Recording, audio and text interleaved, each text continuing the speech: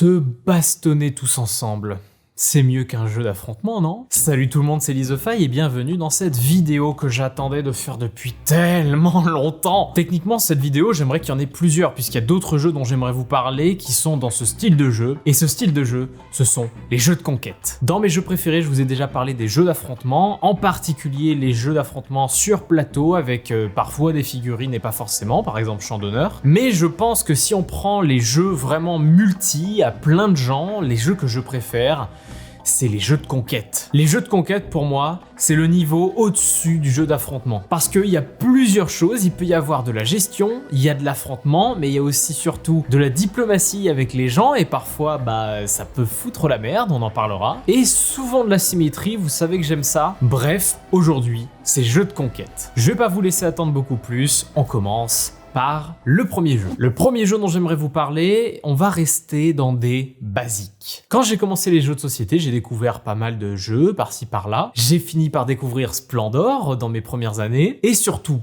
un autre jeu, et cet autre jeu c'est Small World. Small World est un jeu de Philippe Kayert. Ouais, celui-là c'est pas facile à dire. Alors effectivement, là c'est Small World of Warcraft. En fait, Small World, je l'ai découvert parce que un ami a acheté Small World. J'y joue, je trouve le jeu hyper fluide, je trouve très malin, j'adore la symétrie proposée par le jeu, et même s'il y a un aspect qui est un peu chiant mais qui est corrigé par la version numérique, eh bien voilà, le jeu reste quand même ultra plaisant. Et finalement, j'avais pas besoin d'acheter de Small World, mais l'occasion s'est présentée pour avoir un petit Small World of Warcraft à 50%, et du coup j'ai acheté cette version là. Donc globalement, le jeu que je vous présente là, c'est plus Small World, mais évidemment je parlerai un petit peu des spécificités de celui-ci. Pour ceux qui n'ont jamais joué à Small World c'est un jeu de conquête qui contrebalance absolument tout ce que proposait le jeu de conquête de base, qui est le risque. Dans Risque, vous avez des unités, vous balancez un certain nombre de dés par rapport au nombre d'unités, et si ça passe pas, ça passe pas. Dans Small World, il n'y a pas de hasard. Le seul hasard du jeu, c'est au moment de choisir sa faction. Le principe, c'est qu'on doit conquérir un plateau, mais qui est trop petit pour un certain nombre de joueurs autour de la table. Et donc, on va devoir se marcher dessus pour récupérer des territoires et donc des points de victoire. Point de victoire qui est aussi une monnaie. Lorsqu'on a une faction, on a un certain nombre d'unités. Pour récupérer un territoire, il faut 2 unités, plus chaque tuile, unité et ou terrain présente sur la zone. Par exemple, cette zone-là est vide, je la capture avec 2 tuiles. Par contre, cette zone-là n'est pas vide, il y a une unité dessus, donc je la capture avec 2 tuiles plus une tuile. Et si ici, allons à l'extrême, il y a donc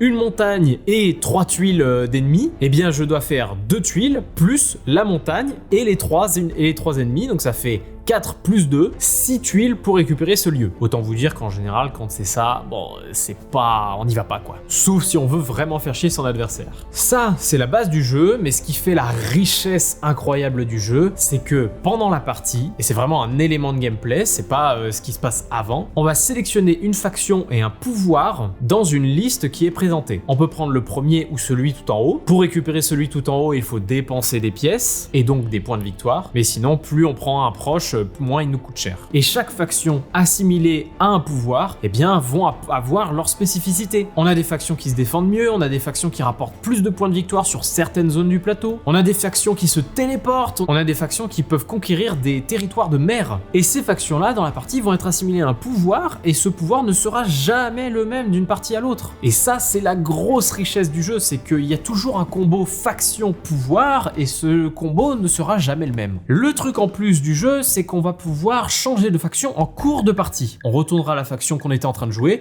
et juste après, eh bien, on prend une autre faction assimilée à un pouvoir. Ce jeu est super riche. Quand je dis ça, c'est surtout que ce jeu propose une rejouabilité extrême et surtout rapide. Vous verrez par rapport aux autres jeux que je vous présente aujourd'hui, la majorité des jeux sont des jeux qui durent en moyenne 2 heures ou 1 heure et demie. Ici, Small World, on est sur un jeu qui est très court finalement. En tout cas, quand on sait jouer, c'est vraiment un jeu très court. Ce qui fait que sur la version numérique, j'ai fait des parties à 4 de moins d'une demi-heure. C'est vraiment un jeu qui est très appréciable pour ça. J'avoue, effectivement, je parle de la version numérique, donc c'est sûr que ça triche un petit peu. Mais même la version normale, je pense qu'à 4, maintenant, on joue en 1 heure facilement. Les premières parties peuvent être un peu plus longues parce qu'on découvre les factions, on découvre les pouvoirs, on a une petite fiche d'aide qui nous permet de nous repérer, etc. Par contre, on est sur un jeu d'une efficacité redoutable. Je crois d'ailleurs que c'est un des jeux auxquels j'ai le plus joué de ma vie. Small World est le jeu de conquête le plus familial, accessible, même si au début ça peut être un peu compliqué. Je veux dire, voilà, on a compris directement ce que nous demande le jeu, on sait qu'il faut avoir le plus de territoire, point. Mais il y a quand même ce petit tiraillement parfois à dire « Ah mais lui, faut aller le taper, il a sûrement plus de points de victoire, non moi c'est bon, moi je suis en train de crever, etc. » Enfin bref, on peut pleurer dans ces jeux-là et c'est ça qui est cool aussi parfois. Et tant qu'à faire, je vais vous parler un peu de Small World of Warcraft. Small World of Warcraft, déjà, si vous hésitiez, c'est Small World. Donc de toute façon, le jeu est bien. Qu'est-ce qui va changer avec Small World of Warcraft? On a un certain nombre d'îles placées sur la table. Pour passer d'une île à une autre, il faut payer des points de victoire. Et les factions peuvent parfois être de l'Alliance ou de la Horde. Et si on bute l'un ou l'autre, on va choper des points de victoire bonus. Et la petite mécanique en plus, c'est d'avoir des objectifs sur le plateau qu'on va se dépêcher d'aller récupérer pour pouvoir récupérer des pouvoirs, des trucs très puissants. Ça rend le jeu beaucoup plus bourrin, on va vite aller chercher les autres pour pas qu'ils récupèrent les objets, parce que sinon on sera à la traîne et l'autre sera beaucoup plus fort, et c'est bizarrement un des Small World où on se bat le plus et où on va plutôt laisser des endroits vides alors que c'est ça qui nous rapporte des points, juste pour pouvoir récupérer des pouvoirs supplémentaires. Donc Small World, vraiment, c'est pour moi la base du jeu de conquête aujourd'hui. Pour moi, Risk, à part si le Risk Legacy a un intérêt, il faudrait que peut-être je regarde. Risk pour moi n'a plus aucun intérêt, il est trop hors du temps. Small World, c'est pour moi le nouveau Risk parce qu'il permet d'avoir ce pied d'égalité pour tout le monde et cette facilité d'apprentissage quand même assez géniale. Bon, je crois que j'ai assez parlé de Small World, on va passer au deuxième jeu. Le deuxième jeu dont j'aimerais vous parler est un jeu qu'on m'a prêté pour la vidéo parce que je ne le possède pas. Et je remercie infiniment mon assistant qui vient avec moi sur les conventions de m'avoir prêté sa boîte ainsi que son tapis de jeu et ainsi que son extension. Il s'agit d'un jeu un peu plus gros qui s'appelle... je sais même pas où le mettre. Kemet. Le fameux Kemet. Je vais pas le porter tout le long de la vidéo. Kemet, il s'agit d'un des jeux de conquête les plus variés dans ses parties, mais peut-être un petit peu complexe dans ses premières parties, vous allez comprendre pourquoi. Mais faisons une petite présentation, vous comprendrez. Kemet est un jeu de Jacques Barriot et Guillaume Montiage, dans lequel on va se placer sur le plateau sur des endroits avec des pyramides, avec des piliers, des endroits comme ça, des points d'intérêt. Le but est d'arriver à 9 points de victoire, donc qui peuvent être récupérés soit en gagnant des combats,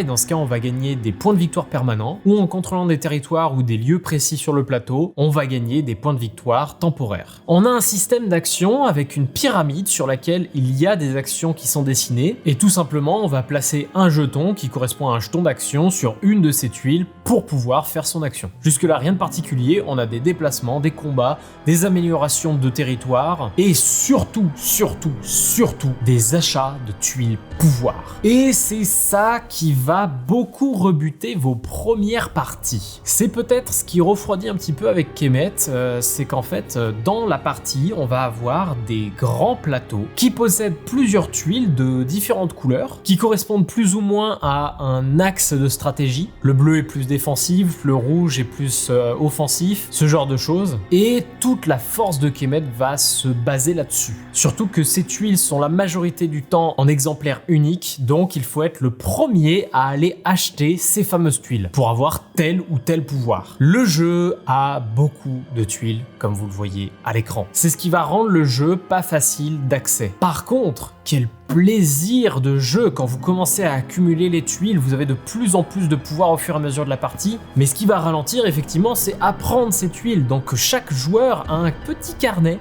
dans lequel il y a toutes les tuiles et toutes leurs utilités finalement. C'est brillant, mais j'avoue que effectivement c'est un peu complexe, mais par contre frottez-vous-y, parce que Kemet, c'est vraiment un plaisir en progression. Enfin, plus la partie avance, plus vous avez vraiment une sensation de montée en puissance, enfin vraiment, il y a vraiment cette sensation de montée en puissance qui est très forte. On a des unités monstres qu'on peut recruter avec ces tuiles pouvoir parfois, qui amènent d'autres effets spéciaux parfois dans les combats, ou pas forcément dans les combats, même parfois dans les déplacements. Kemet, c'est un des jeux que j'ai le moins joué dans cette vidéo, hein. je vous le cache pas, parce que je veux pas le dire le contraire, mais c'est juste parfois on a envie de jouer à d'autres choses, etc.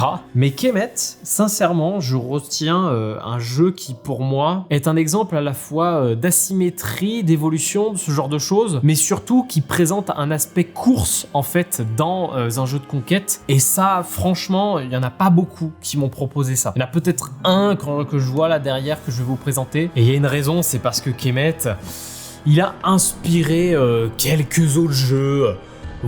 On en parlera tout à l'heure. Bon, on en a marre de la bagarre, franchement, et deux fois on a envie quand même de jeux où on se bagarre pas, mais on veut quand même jouer un jeu de conquête. Et bah ça tombe bien parce que j'en ai trouvé un, ou plutôt Intrafin m'en a envoyé un. Merci beaucoup à eux de m'avoir envoyé ce jeu où quand j'y ai joué, j'ai eu un coup de cœur immédiat. Il est assez récent, même si certains diront que je suis à la traîne. Je ne cours pas toujours après l'actualité, mais bon, c'est comme ça. Mais ce jeu pour moi, c'est le seul jeu de conquête sans véritable combat. Puisqu'il s'agit beaucoup plus d'un jeu de majorité, c'est Divide et Impera. DEI pour les intimes. Alors vous voyez que la boîte est très grande, très grande. On est sur un jeu beaucoup plus grand, mais pas forcément plus lourd ou quoi que ce soit. Mais Divide et Impera, déjà pour moi, c'est une sorte de mélange de plein de petits jeux. On est sur un jeu beaucoup plus gestion que peut l'être les autres jeux de conquête que je vais vous présenter. Mais Divide et Impera, pour moi, c'est un immense coup de cœur et je vais vous expliquer après cette petite présentation. Ce jeu-là est un jeu de Tommaso Battista. Divide et Impera est donc un jeu de conquête dans lequel vous allez investir un plateau en 3 dimensions avec 3 étages de hauteur et le but est de récolter un certain nombre de points de victoire avec des cartes missions qui sont placées sur un plateau principal et souvent ces missions vous demandent d'investir des endroits sur le plateau qui sont appelés des avant-postes. Ces avant-postes sont de 3 couleurs différentes, bleu, vert et rouge, et lorsque vous en contrôlez 2 d'une même couleur, vous allez pouvoir débloquer un pouvoir. Donc à un moment de la partie, il faut que vous contrôliez 2 d'une couleur pour pouvoir débloquer votre pouvoir, parce que chaque joueur va avoir des pouvoirs différents qui seront distribués au début de la partie. Mais comment on contrôle ces lieux? Eh bien on va pouvoir être le contrôleur, le possesseur de ce lieu si jamais on est majoritaire sur ce lieu. Tout simplement avoir plus d'unités que son adversaire sur ce lieu. Ça paraît tout bête, mais en fait il y a plein de subtilités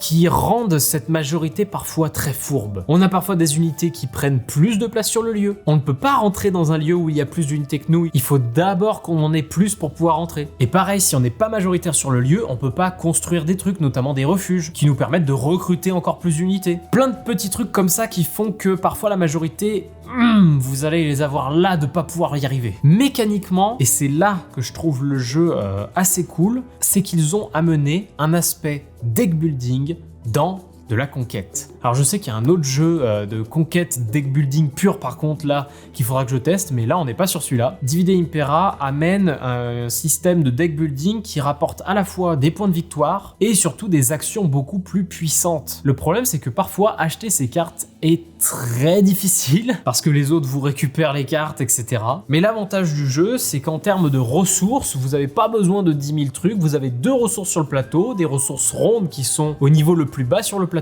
et des ressources triangulaires qui sont sur les étages. Pour monter d'un étage, il faut passer par des ascenseurs, ou plutôt j'appelle pour moi des grappins. Vous pouvez en construire, vous pouvez en emprunter certains gratuitement. Il y a des ponts neutres qui permettent de passer d'étage à d'autres étages, et vous pouvez construire aussi des ponts. Et pour faire des actions, eh bien on a des actions sur des cartes. On pose 2 cartes par phase. Le problème c'est que si par exemple on voulait se déplacer en phase 3, mais qu'on n'a plus de cartes qui proposent de se déplacer, c'est un peu dommage, mais on va devoir faire comme ça. Il y a vraiment un ordre pour faire les choses et le problème c'est que selon les actions des autres, on va avoir parfois une grosse difficulté à faire absolument ce qu'on veut. Il y a un petit aspect programmation, un petit peu deck building, voilà, il y a plein de petites choses en fait dans Divide et Impera. Le dernier aspect du jeu qui est un petit peu sympa, c'est que chaque faction, parce qu'on contrôle en soi une faction, pourra contrôler un drone placé sur le plateau de jeu, qui ont tous une capacité différente. Il y en a un qui fait déplacer des unités, il y en a un qui tue une unité, la seule manière de tuer dans ce jeu, il y en a un qui collecte mieux, ce genre de choses. La force pour moi du jeu aussi, c'est que même avec des nouveaux joueurs, la boîte de base propose quand même des parties pas très longues. La première partie que j'ai fait, il y avait 3 nouveaux joueurs, dont moi, et on a mis 1h30. Le jeu se vend comme faisant 75 minutes, et 75 minutes, ça me semble vraiment assez vrai. Je pense que des joueurs qui savent bien jouer, les 75 minutes, on les fait facilement. Puisqu'il n'y a que 4 manches de 3 phases, et finalement ça va très vite. En termes de matériel, il y a des trucs tout bêtes, mais c'est vrai que ces petits meeples, bien c'est vraiment très appréciable et ça marche très bien. Il existe une version Deluxe avec laquelle j'ai joué où il y a des figurines. Je n'ai pas été convaincu par cette version figurine juste parce que en fait on a du mal à repérer notre chef par rapport aux petits ouvriers. Pour autant j'ai quand même réussi à jouer, hein, mais c'est vrai qu'il se différencie pas assez je trouve. Alors qu'avec les meeples je trouve que ça marche mieux. Mais quand même, ce qui est très drôle c'est que vous savez quand vous achetez un jeu, vous avez une sorte de rituel. Quand vous le recevez, vous ouvrez la boîte, enfin vous enlevez le blister, vous ouvrez la boîte, ensuite vous dépunchez, ensuite vous mettez dans des sachets, ce genre de choses. DVD Impera a inventé un niveau supérieur de rituel de jeu. Ce niveau supérieur, c'est de créer les différents plateaux. Ces plateaux sont sur des punchboards avec du coup des différents niveaux que vous collerez en fait les uns sur les autres des plateaux avec des doubles faces qui sont fournies. Et j'ai mis 1 heure à tout coller. Donc pour préparer le jeu, pour préparer votre première partie, vous n'allez pas acheter le jeu puis directement jouer, ça je peux pas vous mentir là-dessus. Vous allez avoir un petit cérémonial à d'abord préparer vos différents plateaux en collant le premier étage, le deuxième étage, et etc. etc. Est-ce que ça en fait quelque chose de pas bien ? Pas forcément, parce que c'est vrai que pour des jeux comme ça, de toute façon, vous aurez une petite phase de lecture de règles qui est un petit peu longue parfois pour ce genre de jeu, mais quel coup de cœur ce jeu, vraiment quel coup de cœur. Ce jeu-là, en fait, quand il était sorti, j'étais très intrigué parce que ce genre de jeu me plaise beaucoup. Et quand j'y ai joué, j'ai fait...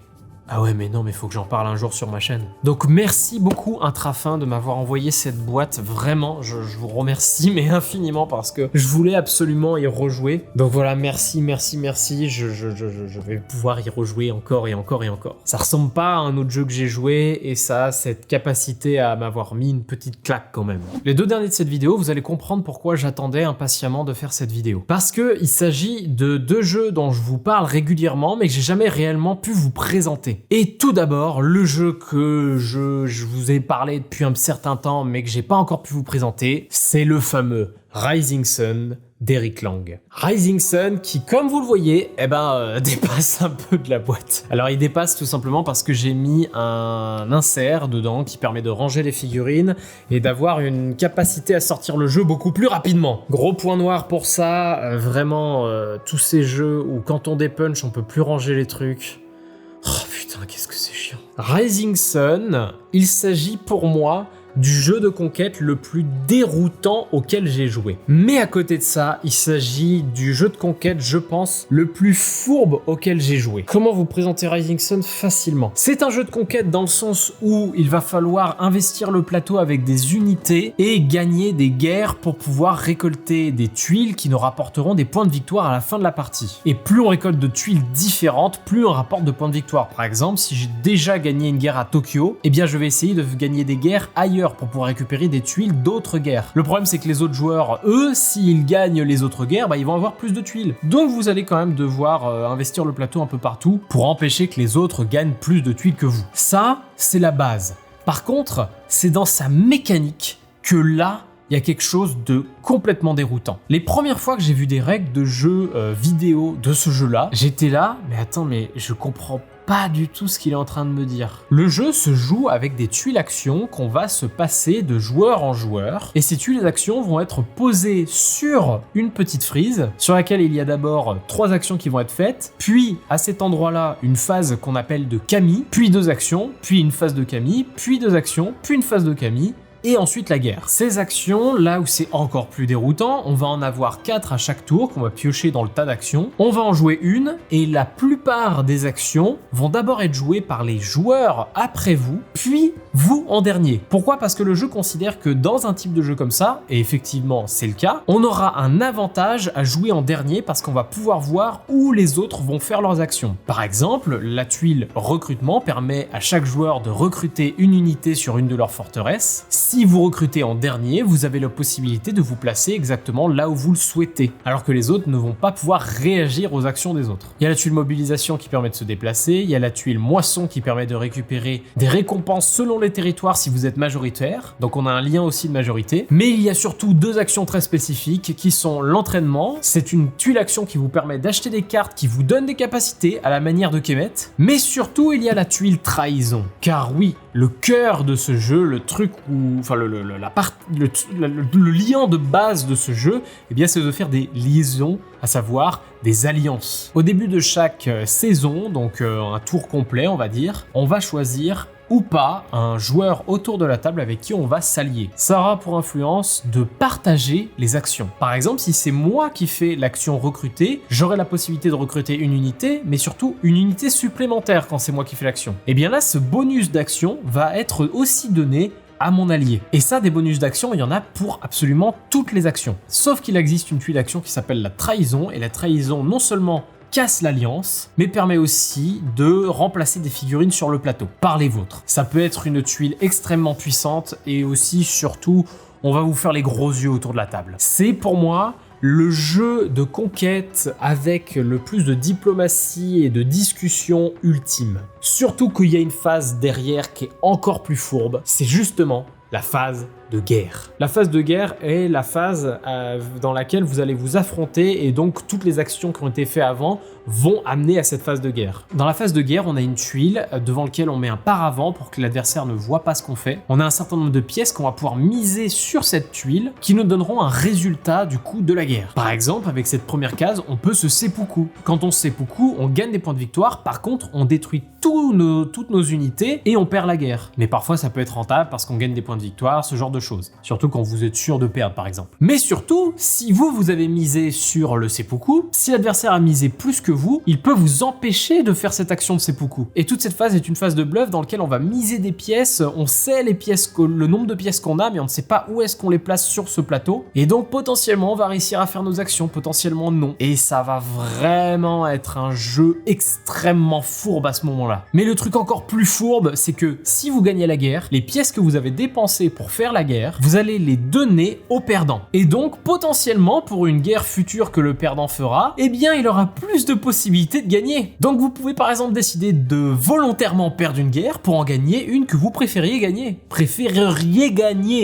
C'est fourbe, Rising Sun, c'est plein de fourberies dans ce genre-là. Vraiment, si vous n'avez jamais joué à Rising Sun, c'est le jeu de conquête le plus perturbant auquel j'ai joué, mais par contre, qu'est-ce que c'est grisant quand on arrive à faire des choses. Surtout que je vous ai dit qu'on peut acheter des cartes à la manière de Kemet qui ajoute des actions ou des trucs supplémentaires. Et bien là, ces différentes cartes parfois vous permettent d'avoir des unités super puissantes, des unités parfois qui vous permettent, je sais pas, d'avoir 5 de force dans un lieu. Ce genre de choses qui peut vraiment être extrêmement puissant. Mais pour moi, Rising Sun, c'est un condensé de plein de bonnes choses de jeux de conquête, tout en étant complètement différent et du coup très perturbant. Vraiment, la première partie, en général, vous allez forcément louper au moins un point de règle. C'est pas facile du tout. On a chacun une faction différente, évidemment, il y a un petit peu d'asymétrie dans ce jeu, mais la symétrie est assez fine. Ça va changer le nombre de pièces qu'on a au début, ça va changer nos capacités. Par exemple, les bleus, le clan de la libellule peut se déplacer d'une région à l'autre sans en avoir rien à foutre des adjacences, et le clan de la tortue a des forteresses qui bougent. J'ai vu qu'il y avait des gens qui trouvaient que c'était cheaté, et pourtant dans mes parties,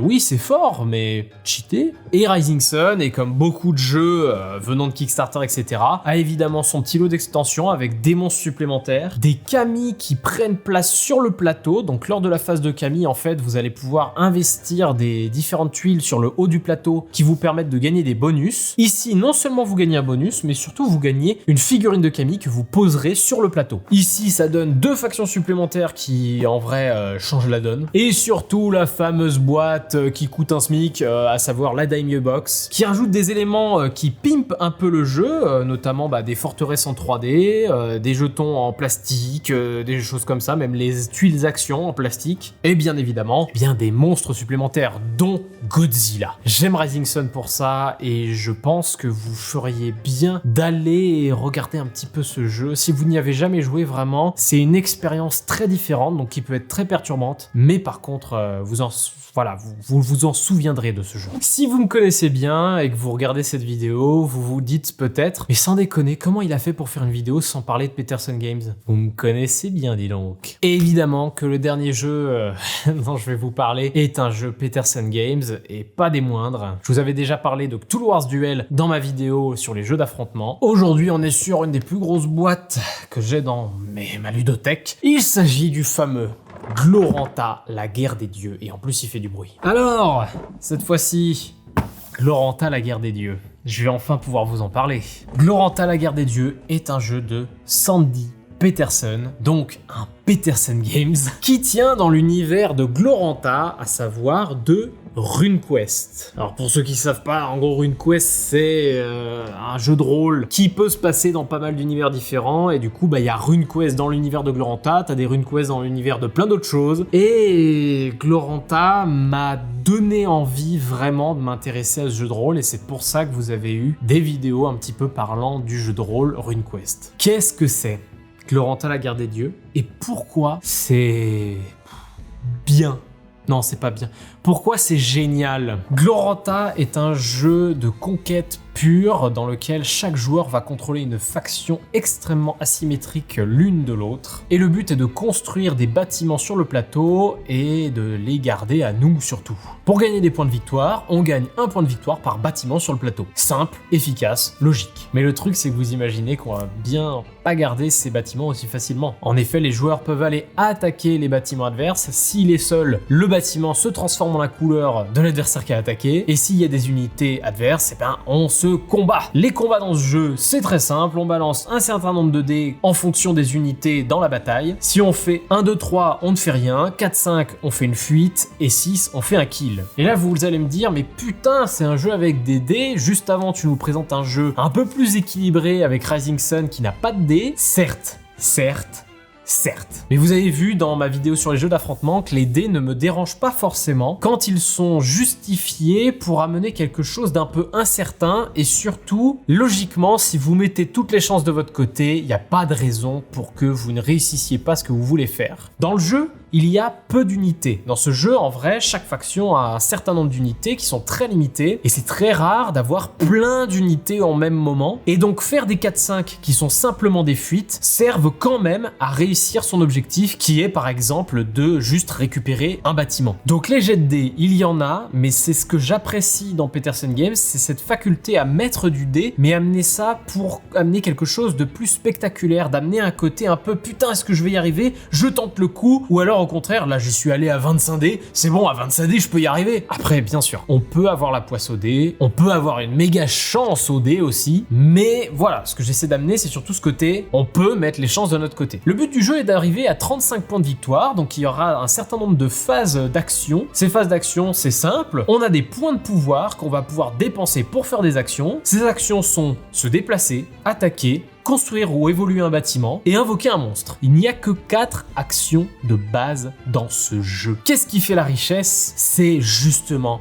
ces factions. Chaque faction ont des unités différentes avec souvent un dieu majeur, des dieux mineurs, des héros mortels et des petits serviteurs, des trucs comme ça. Chaque unité ont leur spécificité, chaque unité vont peut-être avoir un pouvoir supplémentaire au cours de la partie, mais surtout, chaque faction va se jouer complètement différemment. On a par exemple Orlante de la Tempête, qui lui est une faction beaucoup plus combattante et qui a cette capacité de se déplacer beaucoup plus facilement sur le plateau. Inversement, on a le Ciel avec Yelm, qui lui est la faction diplomate du jeu qui va pouvoir donner des récompenses aux autres joueurs pour qu'on vienne l'aider. Et surtout, ces bâtiments sont beaucoup plus difficiles à aller attaquer. Je vais pas vous présenter toutes les factions, peut-être qu'un jour je ferai des vidéos spécialement pour Gloranta. Je vais juste vous parler d'une dernière faction, c'est le chaos. Cette faction a cette capacité à énerver tous les autres joueurs autour de la table. C'est une faction en fait qui a énormément de bonus, mais qui va à contre-courant de tous les autres joueurs autour de la table, et c'est ce qui énerve les autres joueurs, et surtout, il peut faire perdre des choses aux autres joueurs si eux, ils ne leur en donnent pas. Il y a un moment où il peut demander, est-ce que vous me donnez un point de pouvoir ? Ou est-ce que vous en perdez un? Tous les joueurs doivent faire ça et ouais, ça peut vraiment foutre les boules comme ça. Pourquoi j'ai dit que les unités pouvaient récupérer des pouvoirs au fur et à mesure? Pendant la partie, vous avez des quêtes qui sont sur votre plateau principal qui vous demanderont de faire des choses pendant la partie, et faire ces actions vous permettront de débloquer des petites tuiles que vous avez à côté de votre plateau qui vous donnent des pouvoirs supplémentaires. Par exemple, si je débloque cette tuile-là, l'empereur, donc le héros de la faction du ciel, pourra faire en sorte qu'une unité dans un combat ne participe pas au combat. Et chaque faction a 6 tuiles qu'il peut débloquer comme ça, sauf une faction qui peut en débloquer 8 qui est dans l'extension, et ça va créer énormément de nouvelles actions, de nouvelles possibilités dans la partie. Orland va pouvoir se téléporter avec ses unités, Yelm va pouvoir rapporter plus de points de pouvoir et va pouvoir faire déplacer toutes ses unités en même temps sur le plateau. Plein de diversité, chaque faction est vraiment ultra différente. La dernière que je vous ai pas présentée de la boîte de base, c'est les ténèbres qui permettent de rentrer dans les enfers et d'en sortir absolument partout sur le plateau. Gloranta, c'est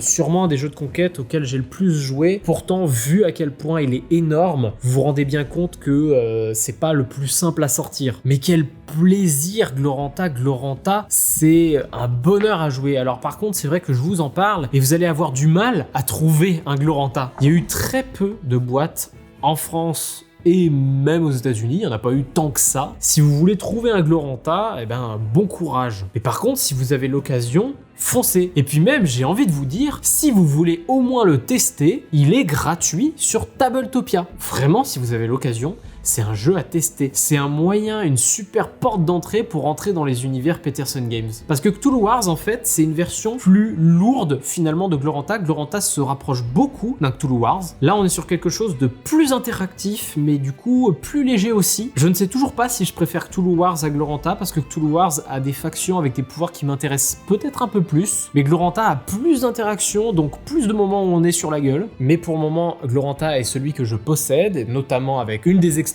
qui rajoute 4 factions supplémentaires. Il la faut quasiment obligatoirement celle-là. Et surtout d'autres factions qui rajoutent en haut des unités neutres et en bas les trois boîtes rajoutent des monstres au milieu de la partie qui vont altérer un petit peu le jeu. Je pourrais parler des heures de Gloranta, mais je pense que si je parle un jour des heures de Gloranta, c'est surtout pour une vidéo globale Peterson Games ou une série de vidéos ou quelque chose comme ça. Donc oui, j'ai parlé d'un jeu Peterson Games dans cette vidéo. J'espère que je ne vous ai pas trop emmerdé. Avant que vous ne quittiez cette vidéo, je voudrais vous dire merci. Merci énormément parce que là par exemple, je remercie encore Intrafin de m'avoir envoyé une boîte et c'est grâce à vous finalement que Intrafin me fait confiance pour cette vidéo. Je le redis encore, mais grâce à vous, maintenant je peux faire tellement de choses que j'aurais pas pensé faire. Aller à Cannes, c'était quelque chose d'incroyable. Si vous n'avez pas vu les vlogs, vraiment allez-y. Les rencontres avec certains éditeurs qui me font vraiment confiance et surtout voilà une vraie peut-être perspective d'avenir dans ce milieu qui me plaît énormément et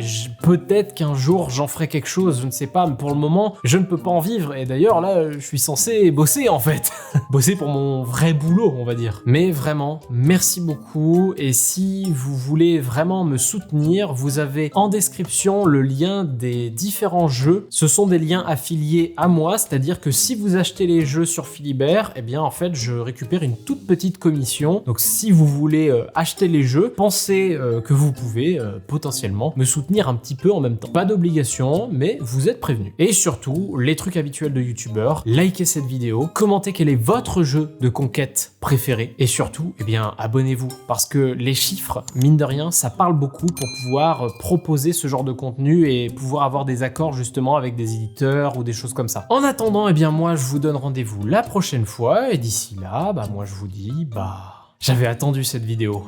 Mais bon, salut!